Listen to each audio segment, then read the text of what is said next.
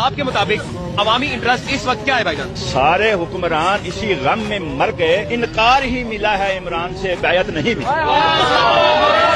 پاکستان کے سارے حکمران، جعلی حکمران اسی غم میں مر گئے، اسی غم میں مر گئے، عمران سے انکار ہی ملا ہے، بیعت نہیں ملی۔